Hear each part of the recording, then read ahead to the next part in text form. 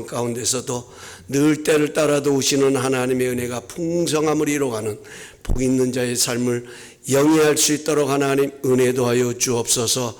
출타 중에 있는 성도들 하나님 성도도 기억하여 주옵시고, 또한 아버지 우리의 모든 것에 영육간의 강건함을 도하여 주시어서 하나님 더욱더 승리하는 역사를 이뤄갈 수 있도록 은혜 위에 은혜를 도하여 주옵소서.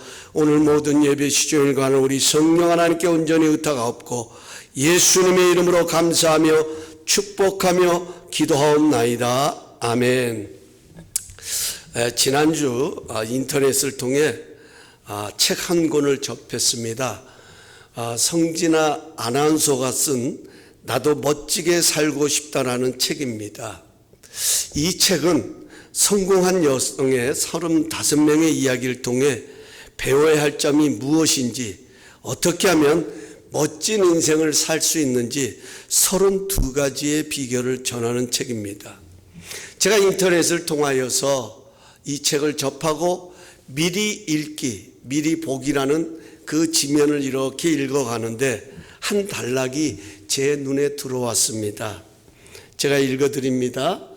멋진 인생을 사는 사람들을 보면 과거나 현재나 미래에 성공할 수밖에 없는 습관과 마인드를 가지고 있다. 그 습관과 마인드는 결코 어려운 것이 아니다. 누구나 따라할 수 있는 쉬운 것들이다. 단지 행하지 않았을 뿐이다. 우리도 하나씩 실천하다 보면 우리도 멋진 인생을 살 수 있다. 저는 이 글을 읽으면서 얼마나 멋진 인생을 살고 싶으면 이런 책을 쓰고 이런 글을 썼을까 하는 생각이 제 안에 자리 잡았습니다. 여러분은 어떤 인생을 살고 싶으십니까? 저는 우리 모두가 복 있는 사람이 되었으면 좋겠습니다. 위대한 결심 시리즈 마지막 말씀을 준비하면서 우리 모두 복 있는 사람으로 살아가기로 결심하면 좋겠다 하는 바람이 제 안에 자리 잡았습니다. 우리 하나님은 복 주시는 하나님이십니다.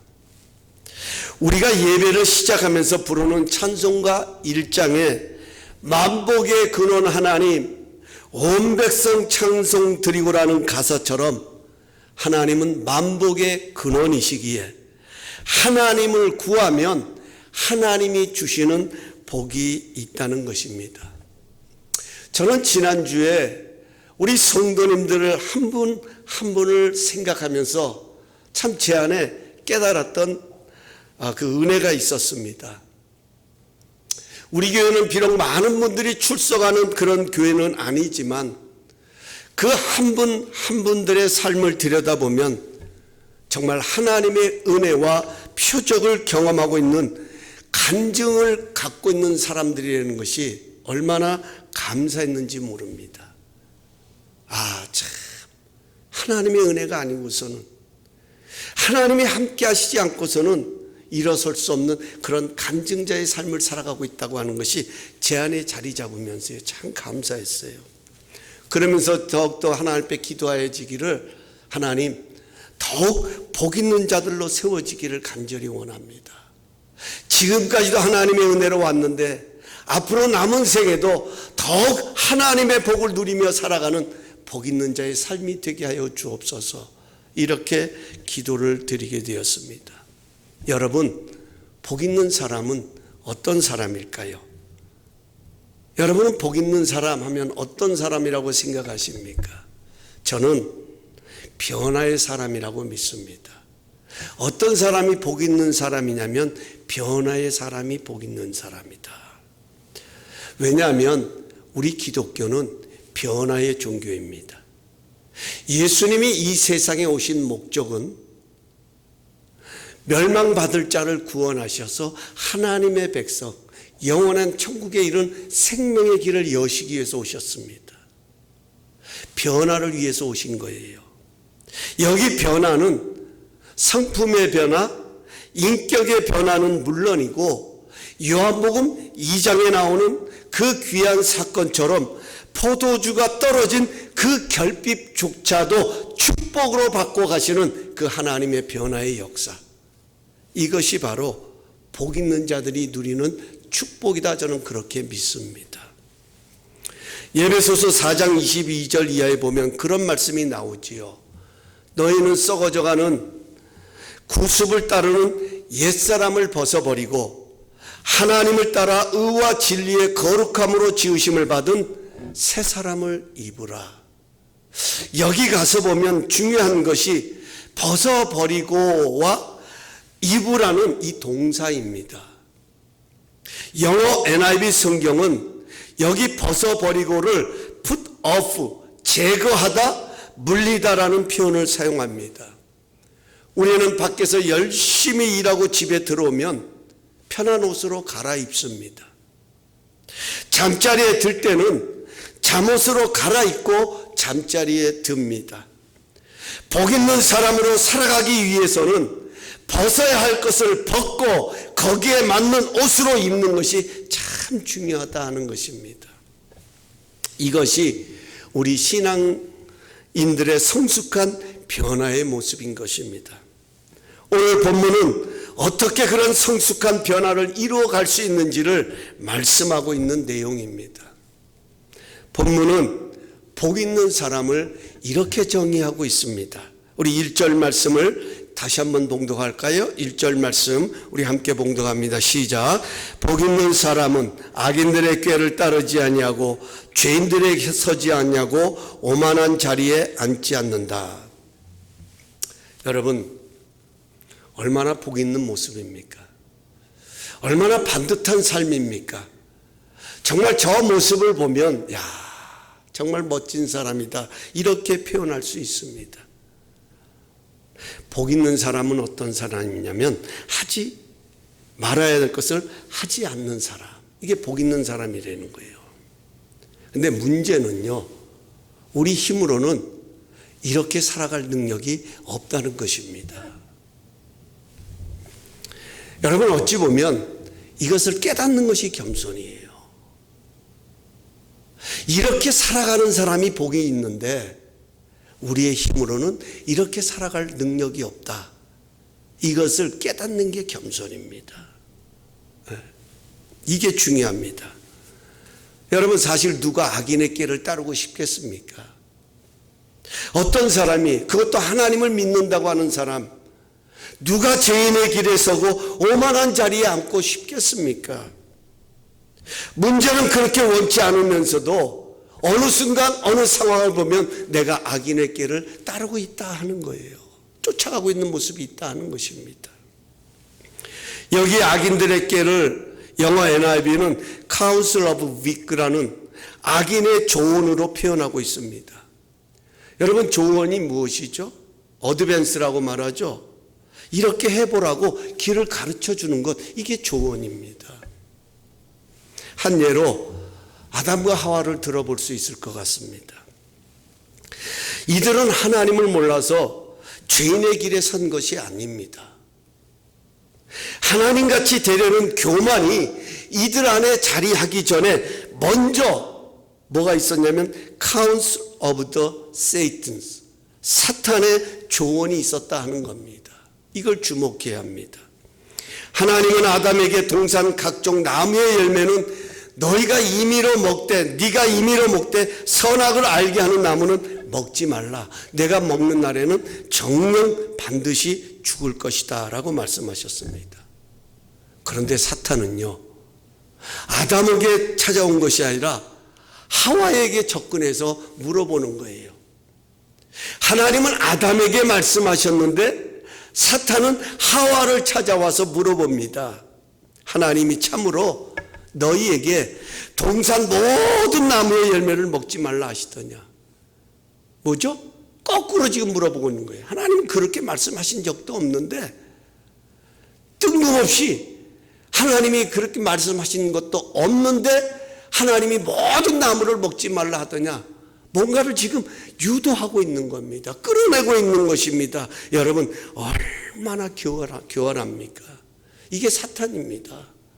이게 악인의 꾀입니다.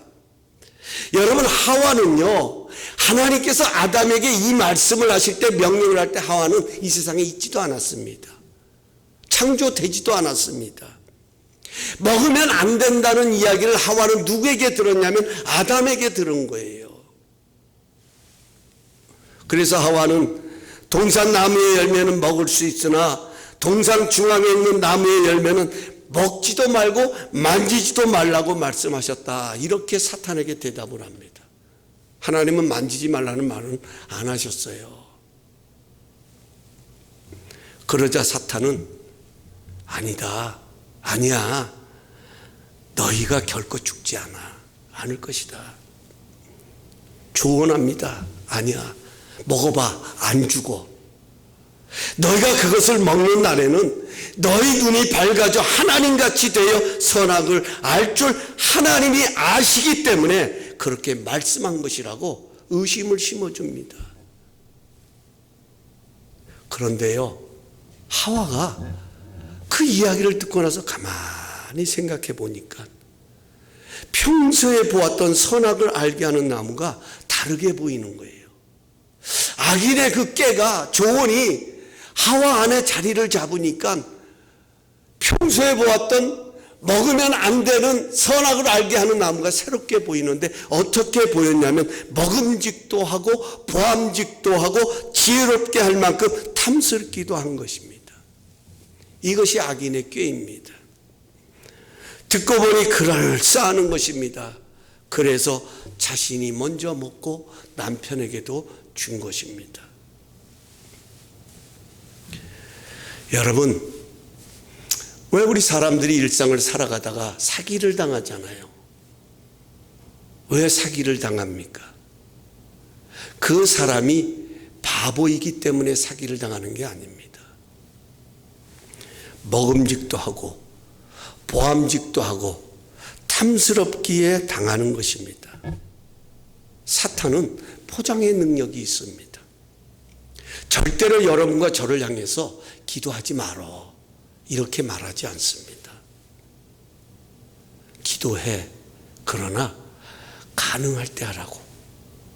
내 편리하게, 나에 맞춰서 내가 그럴싸하게 들을 만한 것으로 한 예지만 그렇게 유혹을 하기도 하고 그런 생각을 집어넣어 주는 거예요. 한 예지만. 예배도 마찬가지고 우리의 모든 일상 속에 우리에게 찾아오는 것들을 가만히 보면 악인들의 꾀를 보면 먹음직하고 보암직하고 탐스럽고 그럴싸하게 포장을 해가지고서는요 우리를 속인다 하는 것입니다. 그러므로 우리가 복 있는 사람으로 살아가기 위해 제일 중요한 것이 있다면 이 악인의 조언, 악인의 꾀를 구별할 수 있는 능력이 있어야 한다 하는 것입니다. 우리가 악인의 꾀를 따르는 순간 죄인의 길에 서게 되고 죄인의 길에 들어서는 순간 내가 하나님같이 되려고 하는 하나님같이 인정받고자 하는 오만과 자만과 교만이 자리하게 된다 이것입니다. 여러분, 교만이라고 하는 것은 하나님보다 높아지는 거예요. 하나님 자리에 내가 자리하는 게 교만이잖아요. 그래서 하나님은 교만한 자를 가장 미워하시고 물리치십니다. 겸손한 자를 하나님은 사랑하셔도. 그래서 오늘 성경은 복 있는 사람이 꼭 해야 하는 것이 있음을 가르쳐 주는데 그게 바로 2절 말씀입니다. 2절은 복 있는 사람이 꼭 해야 하는 것을 이렇게 정의하고 있습니다. 우리 함께 봉독할까요? 시작. 오직 여호와의 율법을 즐거워하여 그의 율법을 주야로 묵상하는도다. 여기 율법을요, 두란노 성경 사전에 가서 이렇게 쳐보면 이렇게 요약을 해놨습니다. 히브리어로는 토라라고 말하고 헬라어로는 노무스인데 인간의 행동을 지배하기 위해 하나님이 인간에게 내린 규범, 또 하나님의 언약 안에 있는 자들이 어떻게 살면서 하나님과 언약의 관계를 맺으며 살아가야 하는지를 가르쳐 주기 위해서 하나님에 의해서 주어진 말씀, 이렇게 표현하고 있습니다. 여러분, 한번 생각해 보십시오. 왜 말씀을 즐거워하고, 여기 즐거워한다는 것은 기뻐한다는 것이걸랑요. 영어 NIV도 그렇게 표현되어 있잖아요. 법 안에, 율법 안에 기뻐하는 것, 율법 안에 머물길 기뻐하는 것, 이렇게 표현하고 있잖아요. 왜 말씀을 기뻐하며 묵상하는 것, 귀하로 묵상하는 것이 복된 사람일까 하는 겁니다. 왜 이것이 복된 것일까? 여러분, 아까 앞에서도 말씀드렸듯이 우리의 힘으로는 저런 삶을 살아갈 수가 없어요. 정말 멋진 삶인데 저런 삶은 절대로 내 힘으로 살아갈 수 없어요. 언제 가능하냐면 하나님의 도우심이 함께할 때에, 저렇게 살아갈 수 있도록 하나님이 힘을 주실 때에, 저런 삶으로 살아갈 수 있도록 하나님이 변화의 역사를 일으켜 주실 때에 가능하지 않겠습니까? 왜 말씀을 기뻐하고 주야로 말씀을 묵상하는 것이 복된 것이냐면, 우리는 하나님의 말씀을 묵상할 때 하나님의 임재를 경험한다 하는 거예요. 성경에 가서 보면 하나님께서 구약의 선지자들을 찾아오실 때마다 꼭 표현되는 그 말씀이 있어요. 그게 바로 뭐냐면 여호와께서 임하여 가라사대, 이렇게 말합니다. 여호와께서 임하여 가라사대. 다시 말하면 하나님은 말씀으로 임재하신다 하는 거예요. 하나 여쭤볼게요. 하나님이 이 온 우주 만물을 창조하신 거 믿으십니까? 안 들려요. 믿으시냐고요? 이 우주 만물을 하나님은 뭐로 창조하셨습니까? 말씀으로 창조하셨잖아요. 말씀으로. 아담과 하와를 하나님이 창조하실 때에 뭐로 창조하셨습니까? 겉모양은 흙으로, 그리고 그 코에 생기를 불어넣었다는 것은 하나님의 생명의 숨결을 말하는 거예요. 이게 하나님의 형상인 겁니다. 하나님의 생기가 들어가니 생명이 된지라, 이렇게 성경은 표현하잖아요. 여러분, 말씀으로 창조하신 하나님, 그 말씀이신 하나님께서 생명이 된 우리의 영혼 속에 들어오시는 장면이 바로 말씀 묵상이다 하는 것입니다. 그래서 말씀을 묵상하다 보면 그 말씀이 나를 붙들어 주는 거예요. 말씀을 묵상하다 보면 그 말씀이 나에게 깨달음을 주고 용기를 주고 믿음을 주는 것입니다. 그래서 말씀에 붙들리면요, 어떤 유혹도 어떤 어려움도 넉넉히 통과하게 된다 하는 것입니다. 제가 어제 말씀을 준비하다가 새롭게 하소서라는 프로그램을 잠시 보았습니다.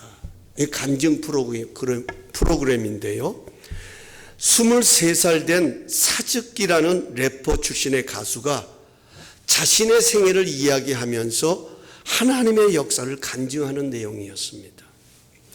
이 젊은 자매는 어린 4살부터 아버지의 술폭력으로 학대를 받고 분노가 그 안에서 자리했습니다. 또 학생 때는, 한창 사춘기 때는 잘못된 아이들과 어울리다가, 여러분, 의리로 뭉쳤다고 하는 그 뭐라 그래요? 폭력 쓰는 일진회라 그러나요?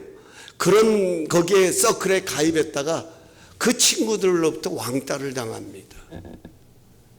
얼마나 그 안에 분노가 일어났던지 이 분노를 폭발시키기 위해서 랩을 시작한 거예요. 그래서 자신 안에 있는 이 분노를 스스로 랩으로 만들어가지고 막 노래하기를 시작합니다.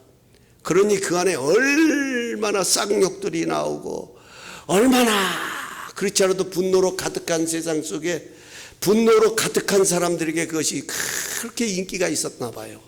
막 인기가 상승을 하는 겁니다. 그러니까 이 자매가 이제 자기는 래퍼로서는 성공의 길을 간다고 생각한 거예요.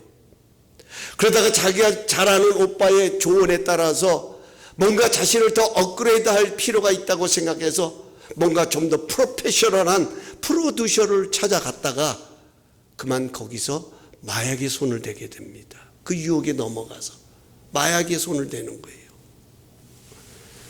야, 그 마약을 하면 어떻게 되는지 그걸 다 생생하게 이야기하는데 시간상 말씀드릴 수는 없군요. 어쨌든 중요한 것은 그 자매의 몰골을 보면요, 그 프로그램에 나온 자매의 모습 보면 참 그렇게 명랑할 수가 없어요. 밝을 수가 없어요. 활기찹니다. 리액션도 너무 잘합니다. 막 무릎을 쳐가면서 웃고요. 참 얼굴도 제가 보기에는 참 너무 아까워. 너무 아까워 진짜. 그런데 그 자매 여기에요, 문신이 있어요. 여기에 문신이. 여기도 영어로 문신을 쓰고, 목에도 문신이 있고, 팔에도 문신이 있고, 사진이 비춰졌는데 여기 옆에 허벅지에도 용의 그림이 그려져 있고 온몸이 문신인 거예요.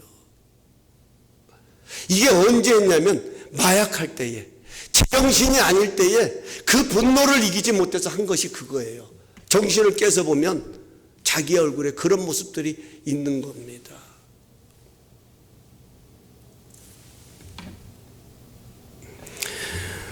이런 친구가 예수를 믿고 완전히 자유를 얻어 하나님을 만나는 이야기를 나누는 거예요. 그 작곡가 이영훈 씨인가요? 그 유명한 이영훈 씨인가? 이 뭐 있죠 왜? 주영훈, 죄송합니다. 주영훈 씨가 그 MC로서 물어요. 하나님을 어떻게 만나셨냐고. 그 얘기를 쭉 설명을 하면서 나누면서 참 특이한 것은 구구절절 하나님의 말씀을 암송하는 거예요. 구구절절 하나님의 말씀. 주님을 만나고 하나님을 경험하고 나서는 눈물로 세월을 보내면서 하루에 6시간씩 성경을 읽었답니다. 다 놀라죠. 6시간씩 성경을 읽었다니까. 그 성경을 읽으면서 눈물로 성경을 읽고, 그러니까 구구절절 성경을 암송하는 겁니다. 그러니까 이 자매는 그 마약을 하고 거기서 벗어나는데 얼마나 많은 또 그런 유혹이 있겠어요. 후유증도 있었을 것이고, 말씀을 붙들고 이겨낸 거예요. 말씀을 붙들고. 뿐만 아니라 지난날 자신의 행실을 알았던 사람들이 SNS에 자기가 예수 믿는 자로 변화된 그것을 올려놓은 것을 보고서는 저거 가짜라고 막 조롱의 댓글을 막 올려놓은 거예요. 얼마나 속상했겠어요. 하지만 그 이야기를 하면서도 이 자매는 하나님의 말씀이 생각나서 그들의 행실을 보면 믿지만, 그렇지 않아도 분노로 가득하지만 하나님의 말씀이 떠올라서, 야, 이것이 내가 예수 때문에 받는 핍박이라면 내가 천국 가서도 내가 지금 바른 길을 가는 것이 아닌가, 이런 마음이 막 자리 잡더라는 거예요. 그 말씀이 떠오르면서. 그러면서 그녀는 이제 동일하게 어둠의 시간을 보내는 자들에게 복음을 전하는 그런 복 있는 자로 서게 됐다 하는 이야기입니다. 여러분, 이게 말씀 묵상의 능력인 겁니다. 그래서 오늘 3절을 보면 하나님의 말씀을 즐거워하여 그 말씀을 주야로 묵상하는 자를 시냇가에 심은 나무로 비유하고 있습니다. 한번 보실까요? 그는 시냇가에 심은 나무가 철을 따라 열매를 맺으며 그 잎사귀가 마르지 아니함 같으니 그가 하는 모든 일이 다 형통하리로다. 여기 가서 보면 NIV 성경은 He is like a tree plant 이렇게 해놨잖아요. 참 영어 성경은 너무 쉽게 표현을 했어요. 뭘 닮아간다는 표현이잖아요. He is like. 네. 여러분, 시냇가에 심은 나무가 왜 복된 것일까요? 시냇가에 심은 나무가 왜 복이냐 이거예요. 시냇가에 심은 나무가 왜 중요하냐 하는 겁니다. 사실 시냇가에 심은 나무는요, 평소에는 잘 모릅니다. 이것이 중요한지. 하지만 가뭄이 와보세요. 뜨거운 햇빛이 내리쬐고 땅바닥이 말라가고 잎사귀, 그렇게 되면 잎사귀는 다 말라지게끔 되어 있습니다. 하지만 시냇가에 심겨진 나무는 시냇가의 물이 마르기 전까지는 절대로 시들해지지 않는다 하는 거예요. 이사야서 40장 8절 말씀처럼 풀은 마르고 꽃은 시드나 하나님의 말씀은 영영이 서리라. 인생의 가뭄이 와도 영원한 시냇가인 말씀의 뿌리를 내리고 있기에 철을 따라 열매를 맺으며 잎사귀는 마르지 아니한 같이 그가 하는 모든 일이 형통할 것이다. 이렇게 표현하고 있는 것입니다. 여기 중요한 것은요, 모든 일이에요.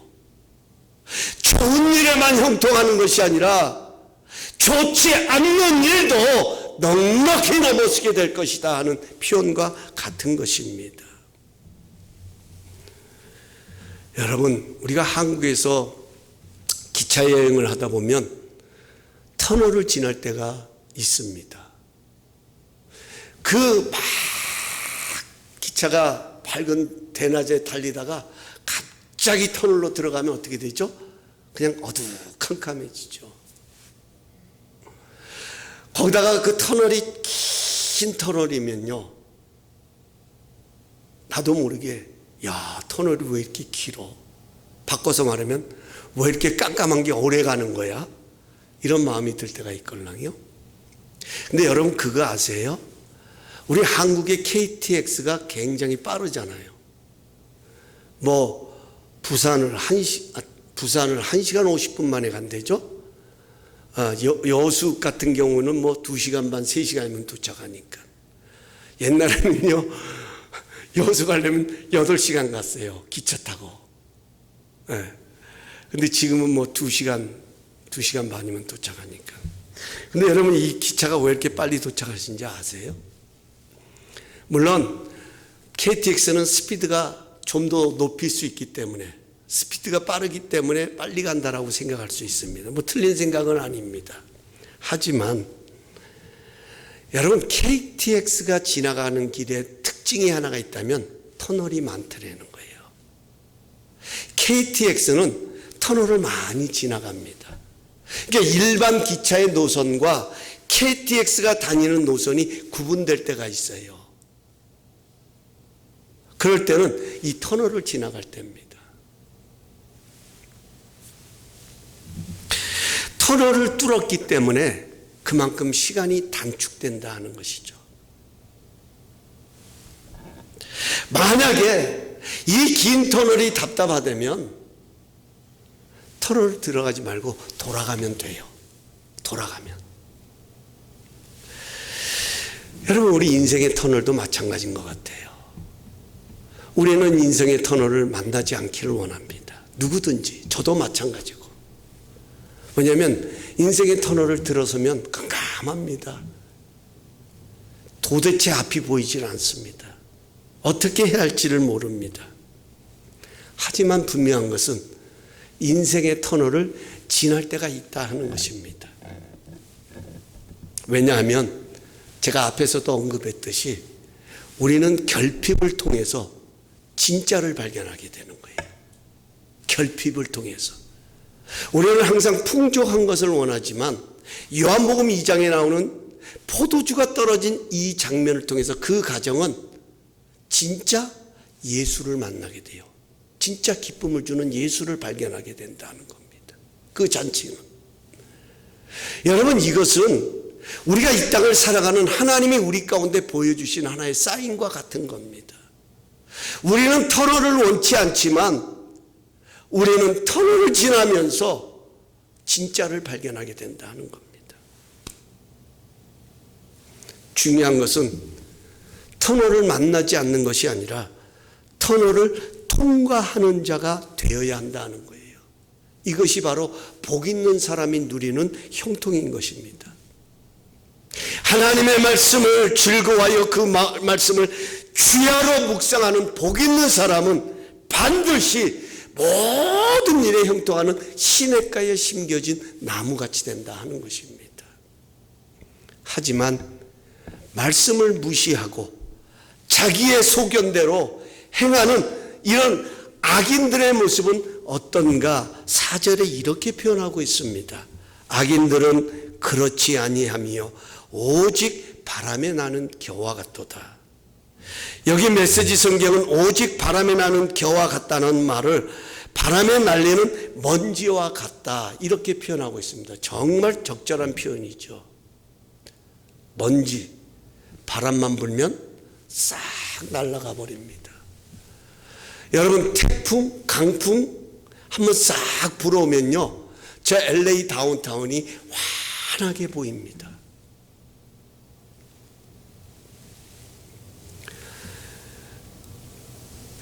그렇습니다. 우리가 시냇가에 심겨진 복 있는 사람으로 살아가기 위해서는 우리가 인생의 터널을 지날 때에 반드시 지켜야 할 규칙이 있다는 겁니다. 이 규칙은요, 실제로 운전자들이 터널을 지날 때 지키는 규칙입니다. 잘 들어보세요. 첫째는 창문을 닫아야 합니다. 둘째는 라이트를 켜야 합니다.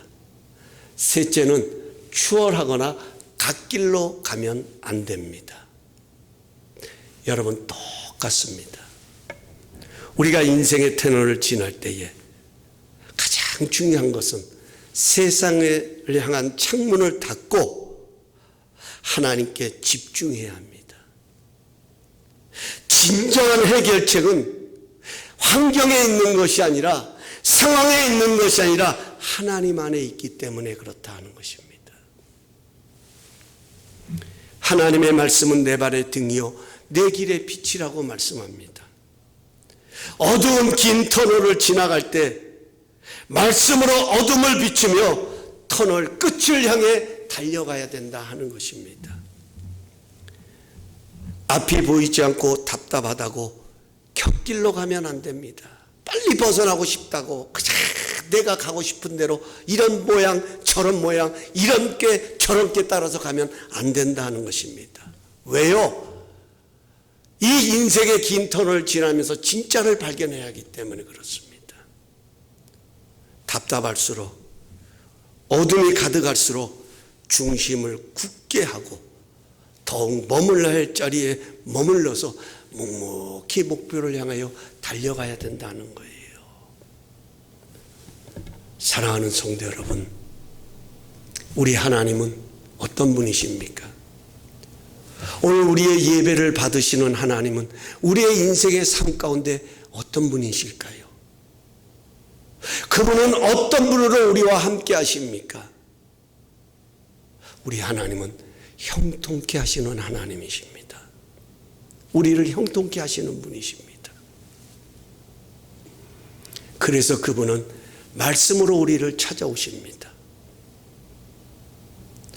하나님은 사망에도 강을 내시고 광야에도 길을 내셔서 하나님의 길을 성취해 가듯이 그분은 말씀으로 우리에게 임하셔서 그 말씀으로 우리를 위로하시고 그 말씀으로 우리에게 용기를 주시고 그 말씀으로 우리에게 소망을 주시고 그 말씀으로 우리에게 믿음을 주시고 그 말씀으로 우리를 붙들어 주셔서 능히 우리의 가야 할 그곳을 향하여 그분은 우리를 이끌어 가신다 하는 것입니다. 터널 가운데서도 그 터널을 능히 통과하게 하시는 하나님의 말씀이 있기에 복된 것입니다. 다윗은 사망의 음침한 골짜기에서도 지팡이와 막대기가 나를 안위하시나이다라는 이 진리를 깨달으면서 그런 담대함고 하나님을 찬양하는 것을 보게 됩니다. 이 하나님을 체험했기 때문에 사망의 음침한 골짜기에서도 형통하는 복된 사람이 된 것입니다. 사랑하는 성도 여러분, 우리는 지금 어떤 시간을 지나고 있습니까? 아니 어떤 순간에 머물고 있습니까? 지금 우리 교회가 머물고 있는 시간, 우리 가정들이 머물고 있는 시간, 그 시간이 어려운 시간을 지날수록 변화를 경험하는 복 있는 사람으로 살아갈 수 있기를 간절히 소망합니다. 벗어버릴 것을 벗어버리고 떨쳐버릴 것을 떨쳐버리고 새 사람을 입어버리는 그런 복 있는 사람, 잘못된 길에 서 있고 오만한 자리에 앉아 있다면 우리는 다시 말씀으로 돌아가야 합니다. 말씀의 옷을 입어야 합니다. 말씀으로 우리 중심을 붙들어야 합니다. 그럴 때 우리는 모든 일에 형통케 하시는 하나님의 은혜를 입게 될 것입니다. 위대한 결심 시리즈를 마무리하면서 우리 모두 이런 복 있는 사람으로 살아가기로 결단하고 결심하는, 그래서 형통한 사람으로 살아가는 복 있는 자의 삶을 살아내시는 우리 모두가 될 수 있기를 두 손 모아 간절히 기도합니다. 복 있는 자로 살아가십시다. 이것이 우리의 자신을 향하여 하나님이 주시는 메시지가 되기를 원합니다. 우리 다 함께 그 자리에 일어나셔서 감사의 시험이 닥쳐올 때에